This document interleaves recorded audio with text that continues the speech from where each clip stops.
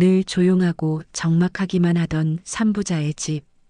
어느 날 막내 아들의 결혼으로 인해 새로운 바람이 불어오기 시작했습니다. 그 집은 오래된 기와 지붕 아래 세월의 흔적이 켜켜이 쌓여 있던 단독주택이었습니다. 사람이 살고 있음에도 불구하고 늘 고요하기만 했던 집. 현관문을 열면 정적만이 흘렀고 주방에서는 밥 짓는 냄새는 나지만 그 냄새와 함께 곁들여질 웃음소리는 들리지 않았습니다. 새 아들과 노부부가 함께 산다는 사실만 들으면 누군가는 아이고 북적북적하겠네라고 말할지도 모릅니다. 하지만 이 집은 달랐습니다. 삼부자가 모여 사는 집인데도 웃음소리 대신 한숨소리가 가득했습니다. 밥상에 둘러앉아도 말수가 적었고 젓가락 소리만 덜컥거릴 뿐 대화는 오가지 않았습니다. 그렇게 무겁고 적막한 공기를 바꿔놓은 사람이 있었습니다. 바로 막내 아들의 아내, 새로 들어온 며느리였습니다. 막내 아들은 늦게서야 결혼을 했습니다. 부모님은 속으로 우리 막내라도 제발 제짝 만나서 가정을 꾸리면 좋겠다라는 바람을 오래 품어왔습니다. 그래서 막내 아들이 데려온 여인을 보는 순간 시부모의 눈은 눈물로 젖어들었습니다. 그녀는 첫인상부터 남달랐습니다. 검은 머리를 단정히 묶고 입가에 예의 바른 미소를 머금은 모습, 집안 어른들 앞에서는 허리를 곧게 세우고 아버님, 어머님이라 부르며 고개를 깊이 숙였습니다. 밥상을 차릴 때는 설거지부터 반찬 담기까지 빠르게 움직였고 방 한구석에 있던 먼지도 손수건으로 닦아내는 모습에 시어머니는 감탄했습니다. 아이고, 요즘 젊은 아가씨들 다 바쁘다지만 우리 막내가 참한 색시를 얻었네. 며느리가 들어온 날부터 집안의 공기는 달라졌습니다. 식탁 위에는 전에 없던 웃음이 피어났고 거실에는 TV 소리보다 사람들의 대화 소리가 크게 울려 퍼졌습니다. 며느리의 목소리에는 생기가 있었고 그 생기는 이 집의 무거운 공기를 걷어내기에 충분했습니다. 하지만 이 집에는 누구도 쉽게 해결할 수 없는 무거운 짐이 있었습니다. 바로 장남, 첫째 아들의 사연이었습니다. 그는 이미 한 차례 결혼에 실패한 사람이었습니다. 이혼의 상처는 깊었고 그 상처는 단순히 마음의 문제로 끝나지 않았습니다. 그는 밤마다 공황 발작에 시달렸습니다. 갑자기 숨이 막히고 가슴이 조여오는 듯한 공포에 휩싸였습니다. 사람을 만나는 것조차 두려워 집안에서도 방 안에만 틀어박혀 있었습니다. 머리맡에는 늘 약 봉지가 놓여 있었습니다. 수면제, 안정제, 항우울제, 약 없이는 하루도 버티기 힘든 삶. 부모의 마음은 매일 무너져 내렸습니다. 시아버지는 담배를 물고 창밖을 보며 중얼거리곤 했습니다. 우리 집 장남이 저 모양인데 대체 어디서부터 잘못된 걸까? 아버지 된 사람으로서 마음이 무겁구나. 그러던 어느 날 아버지는 막내 며느리를 따로 불렀습니다. 평소 누구보다 성실하고 싹싹한 모습에 신뢰가 생겼던 탓이었습니다. 얘야, 내가 너한테 좀 특별한 부탁을 하나 하고 싶구나. 며느리는 고개를 끄덕이며 대답했습니다. 네, 아버님. 말씀하세요. 아버지는 한참 말을 고르다가 조심스레 속내를 내비쳤습니다. 우리 큰애 말이다. 너도 알다시피 이혼으로 기가 다 꺾였지 않니? 사람도 피하고 약에만 의지하고 내가 아버지지만 도무지 어떻게 손을 써야 할지 모르겠다. 혹시라도 내 주변에 괜찮은 사람 있으면 소개 좀 해줄 수 있겠니? 좋은 인연이 다시 찾아온다면 우리 큰애도 다시 살아날 수 있지 않겠니? 잠시 말을 멈추더니 아버지는 의미심장한 한마디를 덧붙였습니다. 성사되면 작은 상가 하나 내 앞으로 내주마. 그 순간 며느리의 눈빛에 잠시 흔들림이 스쳤습니다. 상가 하나. 그 말은 단순한 호의 이상의 의미를 담고 있었습니다. 사람을 소개해주는 대가로 재산이 오간다니. 이건 단순한 부탁이 아니라 거래였습니다. 며느리는 잠시 고개를 숙이며 생각에 잠겼다가 이내 다시 환한 미소를 지었습니다. 아버님, 제가 한번 알아보겠습니다. 꼭 좋은 분 소개해 드릴게요. 시아버지는 안도의 한숨을 내쉬며 그녀의 손을 꼭 잡았습니다. 고맙다. 내가 이 집에 들어와서부터 우리 집이 밝아졌어. 내가 없었다면 아마 난 벌써 무너졌을 거다.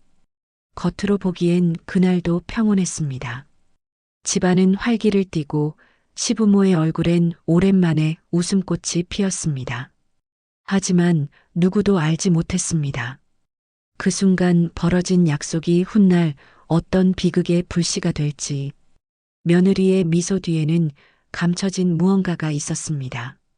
그녀는 여전히 싹싹하고 밝고 예의 바른 모습이었지만 그 웃음은 단순히 성실한 며느리의 미소만은 아니었습니다.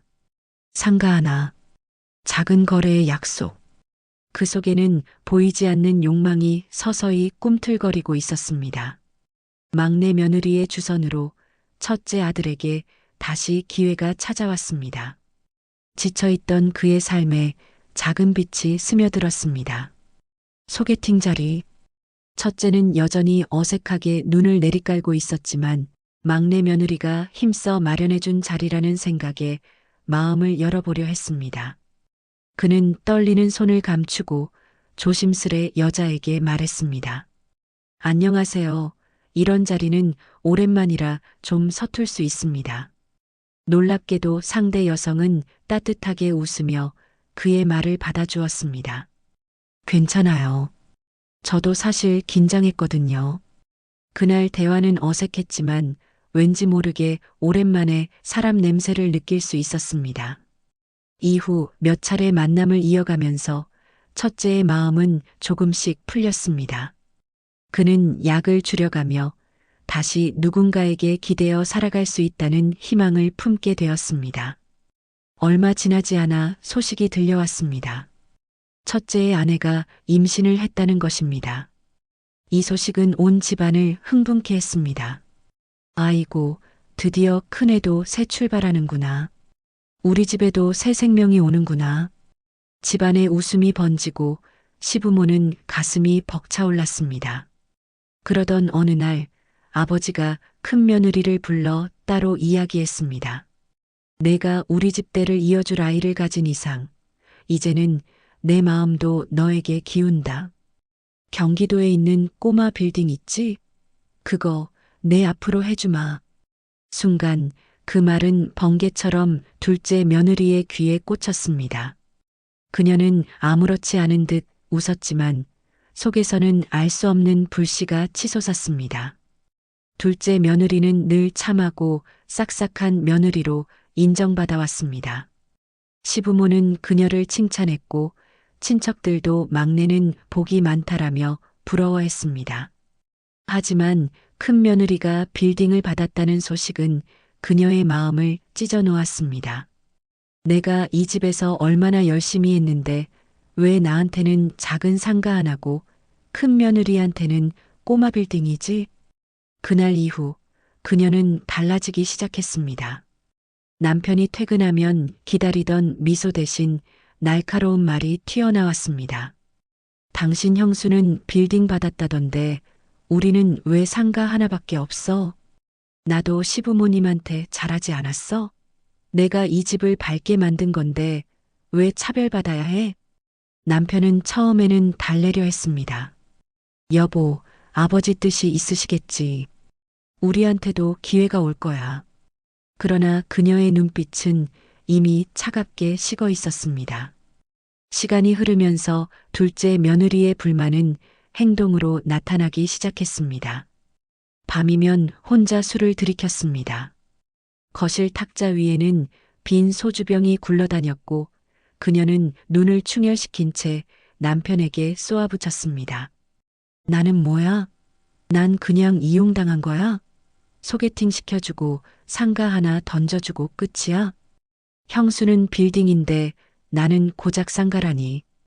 웃기지 않아? 남편은 말을 잃었습니다. 사랑해서 결혼했지만 지금 눈앞의 아내는 처음 보던 그 참하고 싹싹한 모습이 아니었습니다.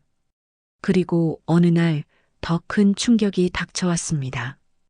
둘째 아들은 은행으로부터 전화 한 통을 받았습니다. 고객님, 대출 상환일이 얼마 남지 않았습니다. 그는 깜짝 놀라 되물었습니다. 대출이요? 저는 대출한 적이 없습니다. 하지만 확인 결과 아버지가 내주었던 상가가 담보로 잡혀 있었고 무려 1억 원이 대출된 상태였습니다. 그 순간 남편은 얼어붙었습니다. 설마 그걸 내가 한 거야? 아내는 처음엔 시치미를 뗐습니다. 하지만 결국 눈을 흘기며 인정했습니다. 그래, 내가 했어. 나도 좀 숨통 트이게 살아야지. 당신은 몰라. 이 집에서 얼마나 서럽게 살았는지. 남편의 머리는 핑 돌았습니다. 그는 배신감에 치를 떨며 속으로 외쳤습니다. 이 여자가 대체 왜 이렇게 변한 거지? 정말 내가 알던 사람이 맞아? 의심과 분노에 휩싸인 둘째 아들은 결국 아내의 뒤를 밟기 시작했습니다. 회사에 간다던 아내는 자꾸만 늦게 들어왔습니다. 어딘가에서 술 냄새를 풍기며 입가에 지워지지 않는 웃음을 담고 돌아왔습니다. 그날도 남편은 몰래 아내를 따라갔습니다. 그녀는 지하철을 타고 어딘가로 향했습니다. 그리고 도착한 곳은 낯선 유흥업소. 남편은 눈을 의심했습니다. 그곳에서 아내는 낯선 남자들과 어울리며 술을 마시고 있었습니다. 그리고 그 곁에는 형수가 있었습니다. 둘째 아들은 얼어붙었습니다. 형수와 아내가 함께 웃으며 남자들과 어깨를 부딪히며 놀고 있는 장면은 믿기 어려웠습니다. 이게 무슨 일이야? 둘이 원래 알던 사이였단 말이야? 그날 밤 남편은 조사에 착수했습니다. 지인의 도움을 받아 사설업체를 통해 아내와 형수를 뒤쫓았습니다. 그리고 드러난 충격적 진실. 둘은 학창시절부터 원래 친구 사이였습니다. 지방의 한 여고를 다녔지만 성실한 학생과는 거리가 멀었습니다. 술, 담배, 연애는 기본이었고 심지어 친구들의 돈까지 빼앗다 퇴학을 당했습니다. 퇴학 후 무작정 서울로 상경해 함께 살며 클럽만 드나들었습니다. 정상적인 직업은 가져본 적이 없었습니다. 돈 많은 남자를 유혹해 동거하며 생활비를 충당했고 아이까지 가졌던 전력까지 있었습니다. 둘째 아들은 형수와 자신의 아내가 함께 웃고 떠드는 장면을 본 이후 잠을 이룰 수가 없었습니다. 머릿속에는 계속 의문이 맴돌았습니다. 왜 둘이 함께 있는 거지? 언제부터 아는 사이였던 거야? 설마 처음부터 다 짜고 들어온 건 아니겠지? 의심은 걷잡을 수 없이 커졌습니다. 결국 그는 사설업체에 의뢰해 본격적인 뒷조사를 시작했습니다. 며칠 뒤 업체에서 들려온 소식은 충격적이었습니다. 고객님, 조사 결과가 나왔습니다. 사모님과 형수님 원래 친구 사이였습니다. 그것도 학창시절부터 악명이 자자했던 불량 친구들이었습니다. 조사 보고서에는 믿기 어려운 기록이 가득했습니다. 둘은 지방의 한 여고에서 처음 만났습니다. 성실한 학생들과는 전혀 어울리지 않았습니다. 학교 근처 골목에서 담배를 피우고 술집을 전전했습니다. 심지어 동급생들에게 돈을 갈취한 일도 있었습니다. 피해 학생들이 교무실에 찾아와 울며 호소했을 정도였습니다. 결국 학교는 두 사람에게 퇴학 처분을 내렸습니다. 보고서를 읽던 둘째 아들은 분노로 손이 떨렸습니다. 퇴학? 술, 담배, 돈 뜯기 이게 내 아내의 과거였다고? 그는 숨이 막혀왔습니다. 자신이 알고 있던 참하고 싹싹한 아내는 어디에도 존재하지 않았습니다. 학교에서 쫓겨난 두 사람은 무작정 서울로 올라왔습니다. 처음에는 아르바이트라도 하겠다고 다짐했지만 금세 클럽과 유흥의 세계에 빠져들었습니다. 낮에는 집에서 뒹굴고 밤이면 클럽에서 술과 춤에 젖어 살았습니다. 남자들을 유혹하는 건 자연스러운 일이었습니다. 옷차림은 점점 화려해졌고 말투는 날카로워졌습니다. 결국 두 사람은 돈 많은 남자들을 골라 동거를 시작했습니다. 그들에게서 생활비를 받아내고 선물도 챙겼습니다. 심지어 그 과정에서 아이까지 가진 적이 있었습니다. 둘째 아들은 보고서를 덮으며 주저앉았습니다. 머릿속이 하얘졌습니다. 그럼 지금 나와 결혼한 이유도 나라는 사람 때문이 아니라 우리 집 재산 때문이었단 말이야? 시간이 흐를수록 증거는 더욱 구체적이었습니다. 아내는 전 동거남의 재산을 몰래 빼돌린 전력까지 있었습니다. 통장 거래 내역에는 수상한 이체 기록이 남아 있었고 그 뒤 남자는 파산 직전까지 몰렸다는 이야기도 있었습니다. 둘째 아들은 눈앞이 캄캄했습니다. 그토록 사랑했던 아내가 사실은 재산을 노리고 접근한 사기꾼이었다니. 분노와 절망 끝에 둘째 아들은 결국 형을 찾아갔습니다. 형, 나 더는 참을 수 없어. 형수와 내 아내 다 같은 부류야. 둘이 원래 친구였고 형수도 형을 속이고 있어. 형은 놀란 듯 보였지만 곧 담담하게 말했습니다. 알고 있었다. 순간 둘째 아들의 얼굴이 굳었습니다. 뭐, 형이 이미 알고 있었다고? 형은 고개를 끄덕이며 힘없이 웃었습니다. 처음부터 낌새는 느꼈다. 하지만 난 더 이상 무너질 수 없었다. 이혼으로 아버지께 누를 끼쳤던 내가 또다시 실패한다면 그건 감당 못해. 둘째 아들은 분노를 참지 못했습니다. 형, 지금 그게 말이 돼? 아이까지 가진 여자가 그런 과거를 숨기고 들어온 거라고. 형은 오히려 형수를 감싸며 말했습니다. 흠없는 사람이 어디 있겠니? 어쨌든 지금은 나에게 잘하고 있고 우리 집에도 밝음을 주고 있다. 게다가 내 아이를 가진 몸이다. 난 그걸로 충분하다. 형은 마지막으로 간청했습니다. 제발 아버지께는 말하지 말아다오. 아버지 뇌경색 있으신 거 알잖니?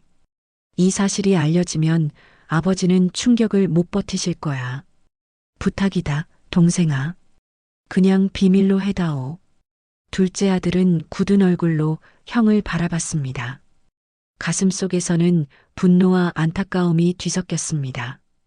형마저 저 여자에게 눈이 멀었구나. 우리 집안이 어떻게 망가질지 뻔한데. 그날 이후 둘째 며느리의 행보는 더욱 파괴적이었습니다. 술에 취해 가라오케를 전전하며 새벽까지 집에 들어오지 않았습니다.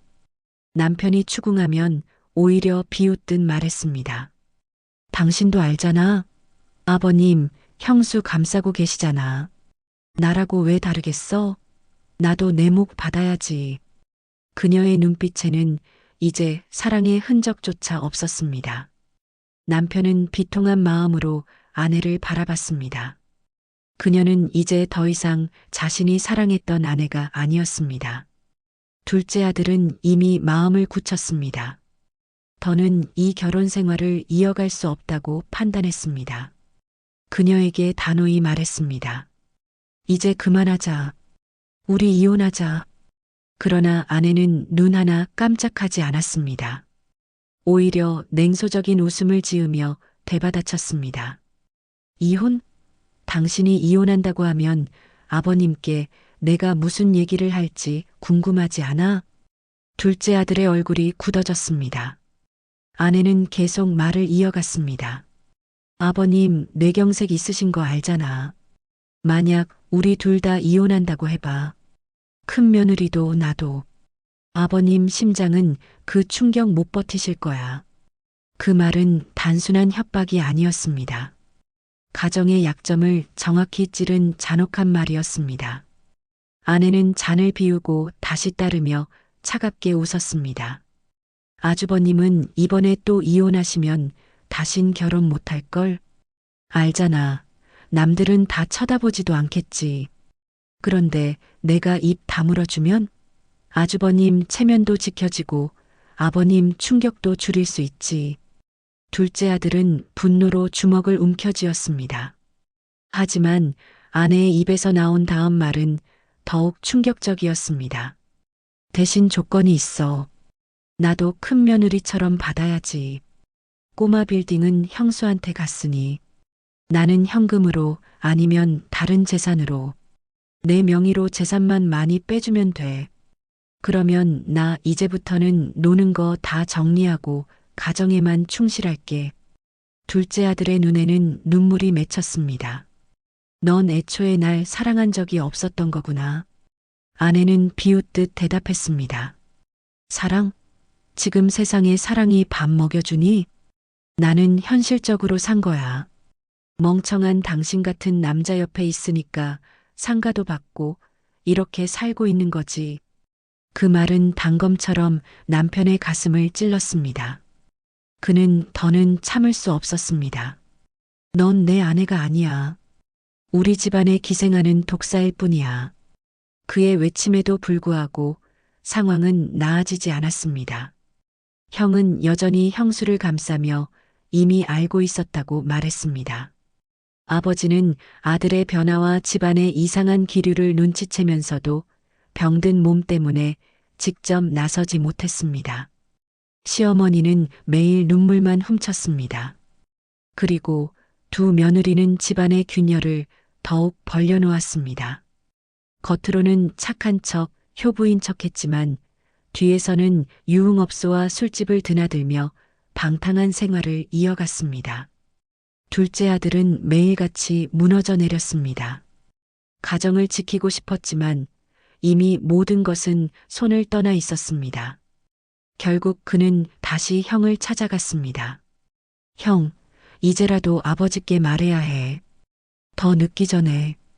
그러나 형은 고개를 저었습니다. 아버지 충격으로 잘못되시면 어쩔 거냐? 난 그 위험 못 감수해. 동생은 절규했습니다. 형? 그럼 우리는 다 망가져도 된다는 거야? 당신 아이가 그런 엄마 밑에서 자라게 놔둔다고? 그러나 형은 고집을 꺾지 않았습니다. 그는 결국 침묵을 강요받은 채 홀로 절망 속에 빠져들었습니다. 그날 밤 둘째 아내는 술에 취해 돌아왔습니다. 비틀거리며 소파에 앉아 비아냥거렸습니다. 왜 그래? 또 울 거야? 나 이제 무섭지도 않아. 차라리 나한테 잘해. 그러면 내가 당신 편 들어줄지도 모르지. 그녀의 눈은 이미 탐욕으로만 가득 차 있었습니다. 한때 참하다고 불리던 며느리는 온데간데였고 남은 건 오직 재산만을 노리는 여인의 민낯뿐이었습니다. 둘째 아들은 마침내 결심했습니다. 그는 차갑게 아내를 바라보며 말했습니다. 이제 알겠다. 넌 애초에 우리 집을 노리고 들어온 거였어. 사랑도 가정도 다 거짓이었지. 넌 그냥 파멸을 부르는 독초였어. 아내는 잠시 웃음을 거두더니 낮게 속삭였습니다. 그래, 인정할게. 하지만 어쩌겠어? 이미 당신도 내 소나기에서 벗어날 수 없어. 내가 가진 비밀 하나만 풀면 당신 집안은 끝장이야. 그 말에 남편은 숨이 막혔습니다. 더 이상 그녀와 대화할 여지는 없었습니다. 그날 이후 집안은 돌이킬 수 없는 균열에 휩싸였습니다. 둘째 아들은 결국 아내와의 이혼 절차를 밟기 시작했지만 그 과정은 고통 그 자체였습니다. 형은 여전히 아내를 지키겠다며 등을 돌렸습니다. 아버지는 점점 쇠약해져 갔고 시어머니는 눈물로 세월을 보냈습니다. 집안의 기둥 같았던 삼부자 집은 이제 더 이상 예전의 집이 아니었습니다. 웃음소리 대신 고함과 한숨과 울음만이 가득 메웠습니다.